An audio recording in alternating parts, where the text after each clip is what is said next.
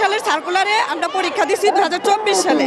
24 সালে সব কিছু হয়ে গেছে জুলাইয়ের আগস্ট মানে এই বিপ্লবের আগে, শুধু রেজাল্টটা দিচ্ছে পরের সরকার এসে।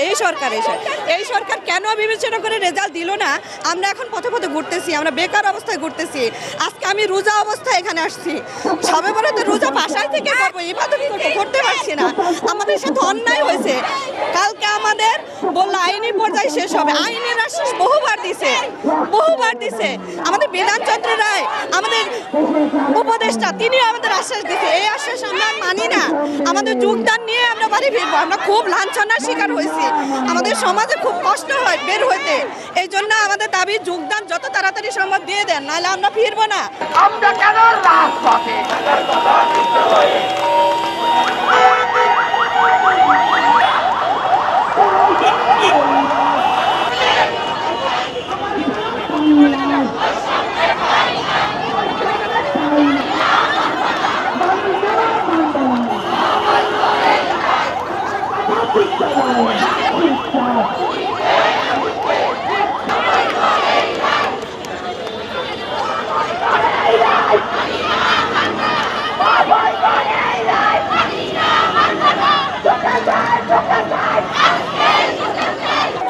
আমাদের এখনো পর্যন্ত কোনো রায় আসেনি, বাট আমাদের যখন বৃহস্পতিবার 6 তারিখ নিয়োগটা বাতিল করা হয়েছে তখন থেকে আমরা লাগাতার অনশন কর্মসূচি পালন করে আসছি। কিন্তু আমাদের রোববারে একটা প্রতিশ্রুতি দেওয়া হয়েছে যে সচিবালয়ে গেলে ডক্টর ইউনূস স্যার আমাদের সাথে দেখা করবেন। তো আমাদের 5 সদস্যের একটা টিম ওখানে যায়, কিন্তু ইউনূস স্যার আমাদের সাথে দেখা করে নাই। ওনার সেক্রেটারি দেখা করছে, কিন্তু ওনারা আমাদেরকে ওরকম কোনো, আমরা আজকে এখানে অবস্থান করতেছি এবং আমাদের যোগদান পর্যন্ত, নিয়োগপত্র দেওয়া পর্যন্ত আমরা রাজপথ ছাড়বো না, রাজপথেই থাকবো। প্রয়োজন আমাদের জীবন চলে যাবে, কিন্তু নিয়োগ ছাড়া বাড়ি ফিরবো না।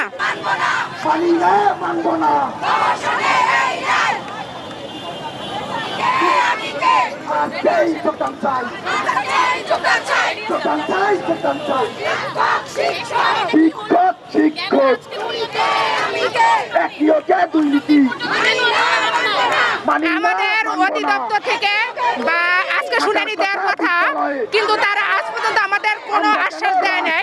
তাই আমরা 8ম দিন ধরে রাজপথে আছি। আমাদের 6531 জনের নিয়োগ না দেওয়া পর্যন্ত আমরা রাজপথে থাকবো। আমরা রাজপথ ছাড়বো না দাবি আদায় না হওয়া পর্যন্ত। আমাদের যোগদান নিশ্চিত করতে হবে, তখনই আমরা রাজপথ ছাড়বো। তাতে 1 মাস লাগুক, 2 মাস লাগুক, যাই লাগুক। একটা বাতিল করা হয়েছে, আমরা সুপারিশ প্রাপ্ত হয়েছি এবং এই সরকার আমাদেরকে নিয়োগ দিয়েছে এবং এই সরকারে আমাদেরকে নিয়োগ বাতিল করেছে। আমাদের সকল কার্যক্রম শেষ করেছি, আমরা আমাদের সকল ডকুমেন্ট সাবমিট করেছি, ইভেন আমাদের মেডিকেল সার্টিফিকেট পর্যন্ত আমরা সাবমিট করেছি। তারপরেও আমাদের নিয়োগটা বাতিল করা হয়েছে। আমাদের প্রথম ধাপ, দ্বিতীয় ধাপ তারা এখন চাকরি করতেছে, কিন্তু আমরা তৃতীয় ধাপ এখনো পর্যন্ত আমরা জয়েন করতে পারতেছি না। আমরা অনতিবিলম্বে আমাদের নিয়োগ চাই, আমাদের যোগদান চাই, আর কিছু চাই না। আমাদের এক দফা এক দাবি, আমরা নিয়োগ নিয়ে ফিরবো বাড়ি। জাতি গড়ার কারিগর, কিন্তু আমাদের থাকার কথা বিদ্যালয়ে। সেই শিক্ষক হয়ে, সুপারিশপ্রাপ্ত শিক্ষক হয়ে বিদ্যালয়ে না থেকে আজকে কেন আমাদেরকে রাস্তায় আসতে হয়েছে? মাননীয় প্রশাসন মন্ত্রণালয়, আইন মন্ত্রণালয়ের যৌথ সম্মতিক্রমে, এই সরকারের সম্মতিক্রমে আমরা শিক্ষক হিসেবে নিয়োগপ্রাপ্ত হয়েছি, সুপারিশপ্রাপ্ত হয়েছি। যেখানে একটি সার্কুলারে প্রথম ধাপ চাকরি করে, দ্বিতীয় ধাপ চাকরি করে, সেখানে আমরা কেন বৈষম্যের শিকার হব?